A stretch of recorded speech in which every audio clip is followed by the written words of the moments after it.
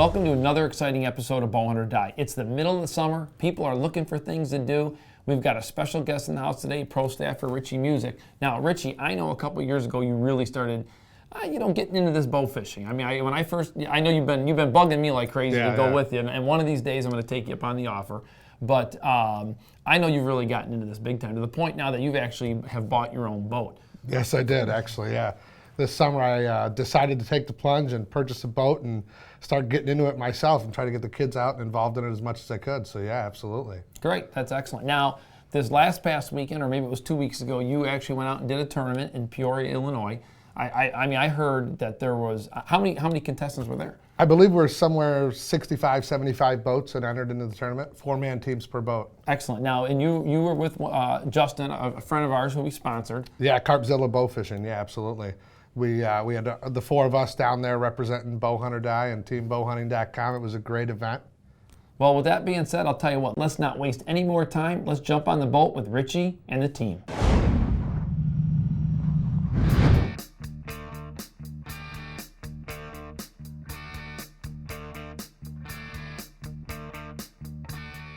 All right, guys, it's July 11th. We made it down to Peoria, Illinois.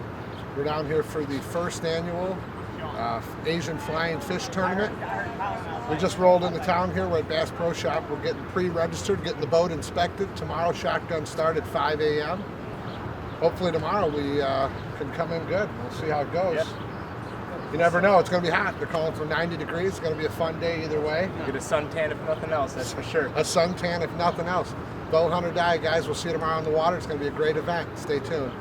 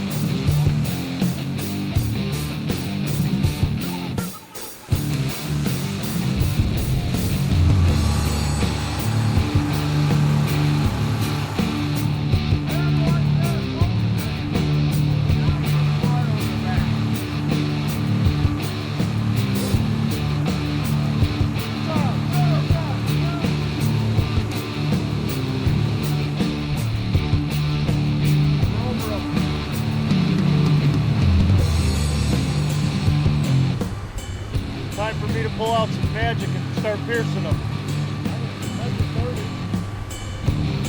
Oh!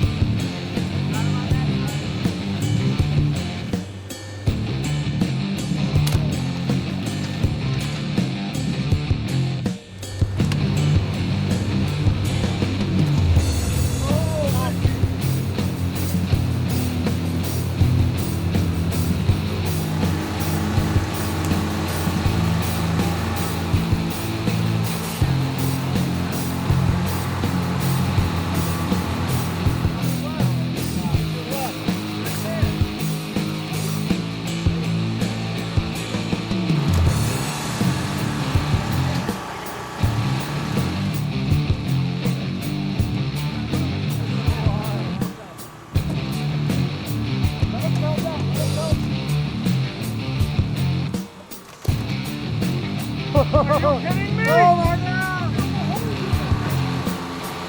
Got him, right? We need a 20 fish limit to qualify for this competition today. We are 5 fish short. Justin's using his fan to get us over the top of these weeks so we can see if we can find a few grassies or commons in here to fill up our bucket and get our 20 in. Bowhunt or Die.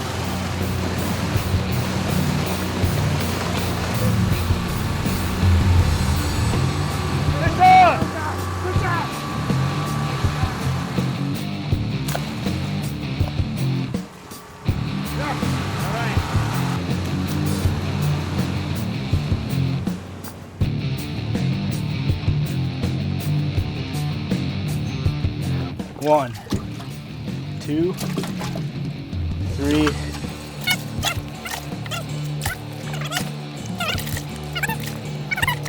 16, and lucky number 17. 17. Heading to the scales. Let's weigh them. 17. Bowhunter die.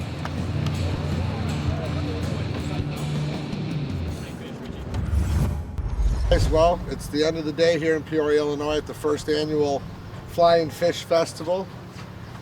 We went through the weigh-ins. We didn't fare as well as we thought we would this year, but we did all right. We got 17 fish in the boat. We ended up with 66 pounds of fish. Yep, overall. all Asian carp. All Asians, all yeah. out of the air.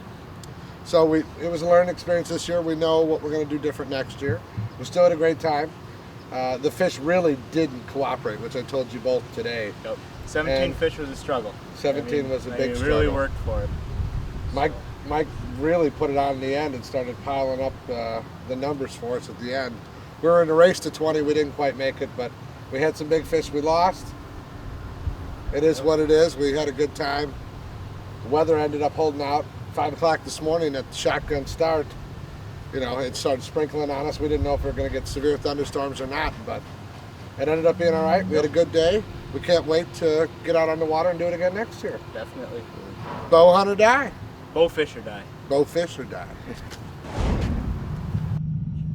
Well, I got to tell you, Richie, I mean, sitting back in the chair and watching the fish jumping and seeing the different events you've been in the last couple of years, I mean, I'm pretty pumped. I mean, I have to admit, you know, when you think about how far bow fishing has come, Yeah. I mean, it's amazing. I mean, 5 and 10 years ago, you did not see 65 boats rolling in, dropping in, and going out and having that type of tournament. That's exactly right. It's an inexpensive sport that anybody can really get started up and get out and enjoy it. I mean, it's if you haven't done it, provided that you need don't to. go out and buy a boat. Now you can do Right, the boat right. fishing from the shore, of course. Yeah, there's plenty of guides out there. You can do it that route also. But if you've never given it a try, you absolutely need to try it. It's a thrill. I love doing it. I'm already excited to get back out on the water. Excellent. You're Now, going this year. I don't know about this year, but I'm definitely gonna. I pledge that I will go with you at some point. Okay, you Now, heard it. You heard it right here on Bowhunt or Die.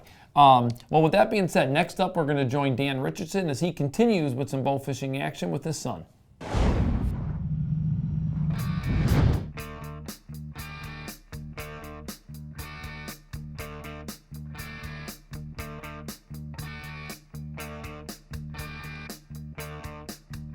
Hey everybody. Hey, let's talk about bow fishing, one of my favorite summertime pastimes. Something I like to do a lot in the summertime. It keeps me out shooting. It's fun. You can do it with your family. There's so many different ways. You can go and boat. You can walk the banks. You've got a lot of equipment choices. This right here is a bottle reel. You can strap it on a recurve or a compound. This right here is a sling bow. I actually made this one. It's got a spin cast reel on it. This thing is a blast. It's basically a wrist rocket with a roller rest on it. I killed a nice silver with it last night. This right here is my main setup. It's a recurve with another spin cast on it. Got a rod tip on it. I just like using a recurve because I can snap shoot with it. Got different options on your arrows. There's 2 different kind of points right there. We use fiberglass arrows. They're heavy and they penetrate good. You can use a little slide system. Some people tie straight to the back. There's so many options you can do on those. But anyway, first off, we're going to go to the Patoka River bottoms in Oatsville.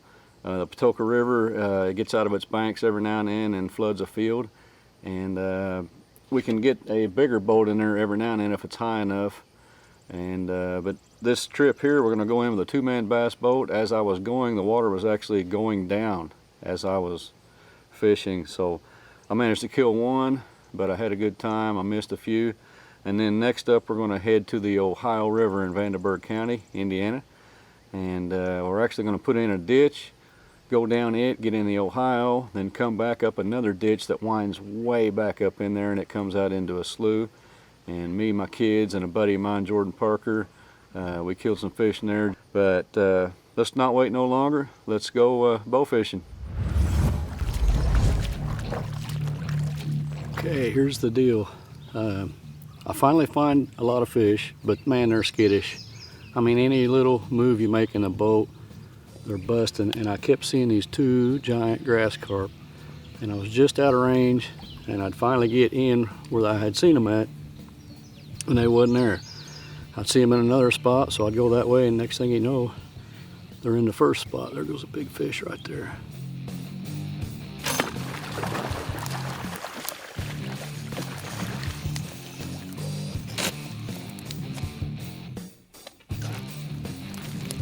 All right, first one. Little sneak action there.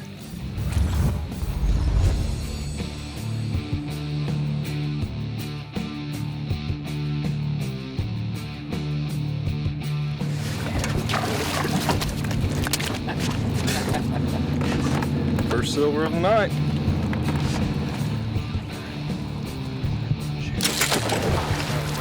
Oh my God, we all missed him.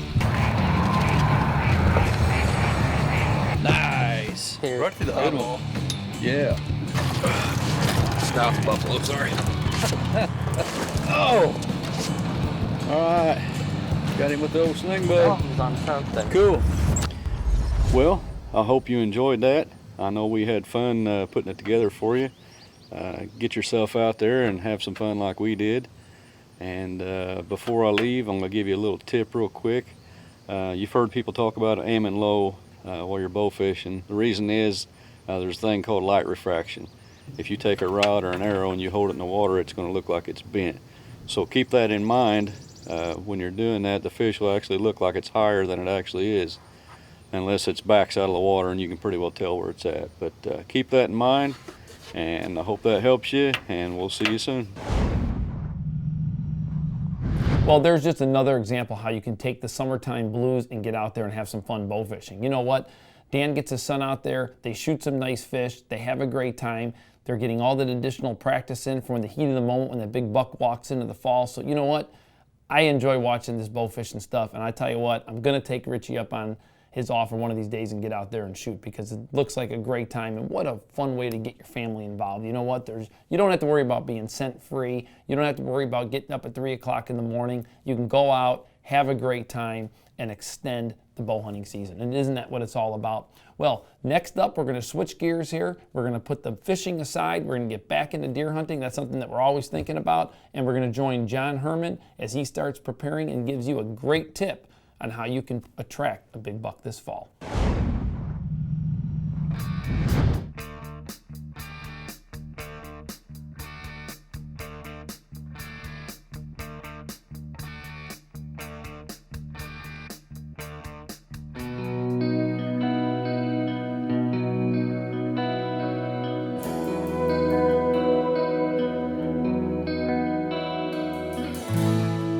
Hey guys, June 26th. Snuck away from my lawn care business for a day. Come up here to beautiful northern Wisconsin, and I'm going to do a little bit of work today. I've got some clearing to do on some of my existing stand sets, and I might hang 1 or 2 new sets depending on time. But other than that, I'm just out here to enjoy myself. So I'm going to drag my camera with me today. I'm going to film some of this stuff, so I hope you enjoy it. And bow hunt or die. Well, one thing that I can't stress enough of is tree stand safety. So I'm going to climb up into an old set of mine right now. You can only fall out of a tree stand one time and it's all over with. So make sure that you're always buckled in. I've got a lifeline in all of my sets so I can just clip onto it. I'm hooked in all the way up and all the way down. So anything when I'm making a new set, always use your lineman belt all the way up so that you're always tied in. Get your lifeline up there right away, and then you can tie into that. And it's just it's not worth it, people. It's not worth falling and hurting yourself or killing yourself. So make sure you practice tree stand safety. If you do one thing out there, do that. Hey guys, just walked back into the 15-year-old slash here behind me, about 100 yards. I found a great big lone oak tree in there last fall, and so I checked it out. Looks like it's going to hold some acorns this year. Acorns up here are gold. This is northern Wisconsin. We don't have a whole bunch of oak trees on this property, so wherever you've got oaks on here, deer flock to it when the acorns are dropping. So I'm going to hang a set in this thing today. I don't have a lot of good choices for trees, so I'm actually going to be right in the oak tree, I think.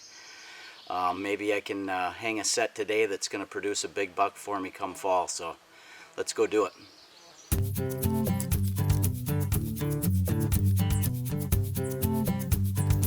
So when you're putting up a tree stand, you're putting up your sticks.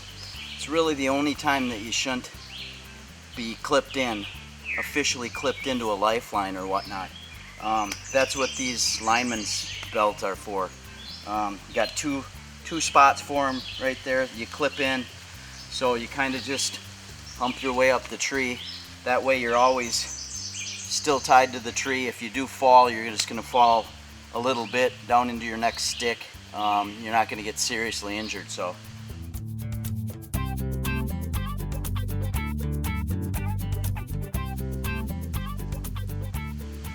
The other thing I wanted to tell you about this Prostaff knot is make sure that you're not grabbing the knot, because if you grab the knot, it's not gonna stop you. So just make sure when you're going up and down, you're either pushing up from the bottom or you're pushing down from the top, never grabbing the knot. Just a little tip for you. The trick that I use sometimes is when you've got trees that are close, like this popple tree right here, it's not really giving me any cover where it's at, but what I'm going to do is I'm going to tie some rope around it. I'm going to tie it to one of these trunks, and I'm going to bring that tree into me, and that's actually going to kind of cover the stand and maybe some of my footwork up there. So just a tip for you guys, do whatever it takes to get yourself some cover up there, because you only get 1 or 2 cracks every year, and if he spots you, then it's over. So try to get yourself some cover up there. And I will definitely be sitting in here as soon as the acorns are dropping, so hopefully I can put down a big buck back here. That would be awesome, shooting a buck early in the season in Wisconsin, because I'm going to Ontario and Illinois this year, so maybe I'll get it done early in Wisconsin. But stay tuned, fall's just around the corner. Bow hunt or die.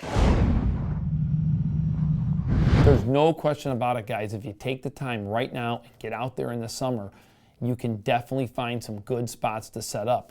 Start looking for those apple trees. Start finding those oak trees that are going to actually be holding acorns. You can tell right now which ones are going to be loaded. So get out there, find those sets like John did, and you can put yourself in a good position come this fall. A lot of times you think about the early season, you don't want to go too far into the woods. I'm going to hunt on the outskirts and stay on the edges, but I'm telling you, right now is the time. If you can find those trees back in the timber, especially those white oaks that are loaded, you can definitely put yourself into a great spot this fall. So keep that in mind. It's a great tip and a great thing that John does. We'll just have to wait to see how that stand produces this fall. Now, next up, I finally have a chance to get out, check a couple trail cameras and food plots, so let's get an update.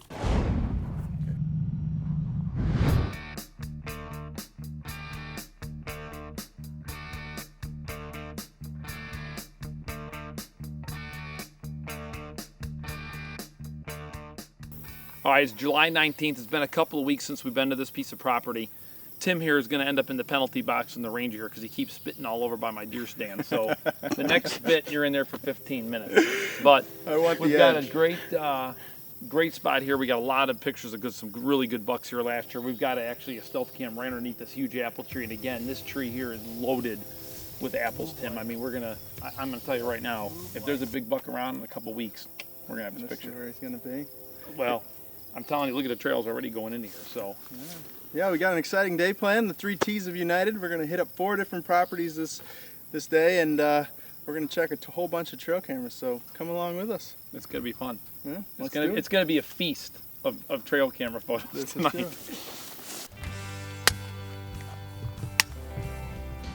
All right, we're in one of the food plots that we're going to set up this year. We were here about 3 weeks ago with Justin and Tommy.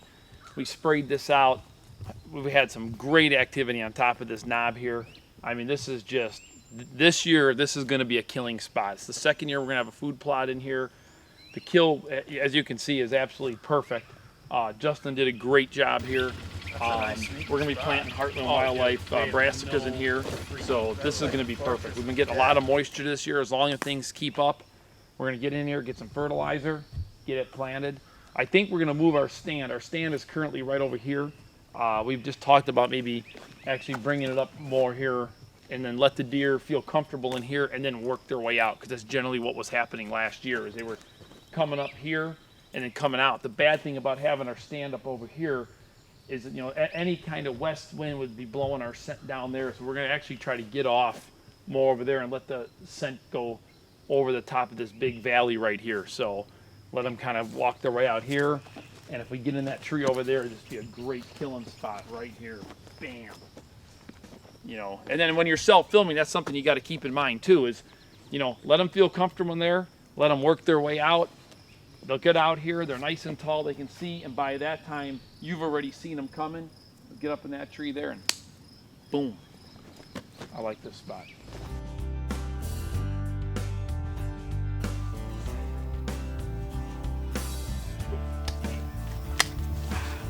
I love trail cameras.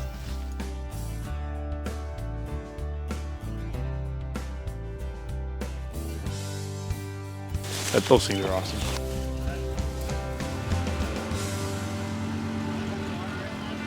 This is great. 576 photos, 100% battery life. It's gonna be a feast tonight, boys. We're gonna have some fun tonight.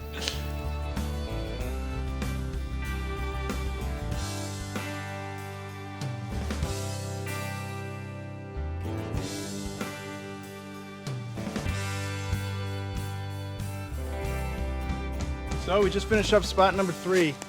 Got a stealth cam hung about 7 feet up off the ground, surveying the area. This tree here is going to be our prime location. We got an awesome pinch point here, a ravine to my right, a fence line to my left, and a bean field even farther out to my right. With a north wind coming out of these woods, bucks are going to be cruising this fence line here looking for does, and we're feeling really confident about this spot. So on to the next one, 3 good ones down. Not bad, 366 photos, kind of a unique little spot here. So a lot of times what I'll do when I start setting my trail cameras, I'll start off with photo mode, get an idea of the amount of activity that's going on in the spot itself. If you see it's a low activity spot like this here, it's a great travel corridor at the right time. What I'll do is I'll switch to video mode. So this was on photo mode. Switch it to video mode now, that way I know that I'm not getting tons and tons of activity. It won't eat up all the batteries. I won't come back disappointed in 2 months from now and find out that I didn't get what I wanted because I was shooting so many videos that have filled up the card. So this is all set, ready to go. Let's get out of here. This is a perfect example of where using an electric fence and the Plot Saver product can really make a big difference, guys. You know, there's not a lot of beans around here, and I mean, you can just see the difference. I mean, these are all, I mean, this one little plant is browsed 1, 2, 3, 4, 5, 6, 7, 8, 9 times, and you're talking, what, these are 6 inches versus a foot plus. I mean, amazing, amazing difference. You know, I could have done a little better job spraying in the center there, but there's still going to be plenty of beans in that section, but wow, what a difference. Well, there's no question about it, guys. If you take the time to work with the Plot Saver product, you definitely can have a food plot in the fall, as you see in the footage. Now, what happened is I actually went there a week earlier, and I found through looking at the trail camera surveillance that I had is that deer were still basically jumping over the fence or walking underneath it, because once that actual smell of the Plot Saver wore off, it just wasn't enough to keep them back. The particular area where that food plot is, the deer density is high, there's a lot of does living there, and it just wasn't enough to keep them out, unfortunately. So I ended up having to back it up with an electric fence. Once I did that and I had that double fence set up, that definitely kept them up, and by the look of those beans, as you could tell, this would be the first year ever, honestly, that I've had a small bean plot that's going to have a ton of yield. So that's going to be awesome. We'll just have to wait to see how the fall plans out with that. Now, you probably noticed during this whole show that Justin's been missing. He's actually at the hospital right now with his wife. They're having their second baby. So crossing our fingers for Justin on that, and hopefully he'll be back with us here for the next episode. Now, the favorite time of the year, of course, is always going there. It's like Christmas morning and taking those trail camera cars. I mean, I'm bad. I mean, you know, actually, I'm sitting here right now. I think I got about 10 of them in my pocket that are just burning a hole in my pocket. I haven't even checked these yet. I grabbed them this morning when I drove by one of my spots. So there's nothing better than checking your trail cameras. We had one spot specifically that Justin and I found together. It was an area where two bean fields kind of converge, and the deer just love to come up. No one can see them from the road, and sure enough, the spot that Justin chose, we had our awesome buck that we've been chasing last year called Baconator. He's an awesome deer. We had one photo of him on Christmas morning. Of course, I know I'm not allowed to hunt on Christmas morning. I know Justin would be in the same situation I would be. We'd both be in divorce court. So that's not happening, but Baconator is alive and well, so we know we're gonna be putting a lot of effort into him this year for sure. Next up, we'd like to take the time to thank all the people that sent in their trophy photos. Ryan Johnson, Damian Rezepka, Ethan Moore, and Michael McGee. If you'd like to see yourself right here on another exciting episode of Bowhunt or Die, visit our website and send us your photos. That's all we have for this episode of Bowhunt or Die, so until next time, get your bows out, shoot straight, because the season's right around the corner. In the meantime, don't forget to check out facebook.com/bowhunting for daily updates, news, photos, and other exciting information. We want to hear your opinions and your stories, so join us now and like us on Facebook. You got me. With that being said, there's no question about it. The next favorite part of No, seriously, you got a bad back. You do these pelvic thrusts. Yeah, that really, your glutes. Uh-huh. Okay.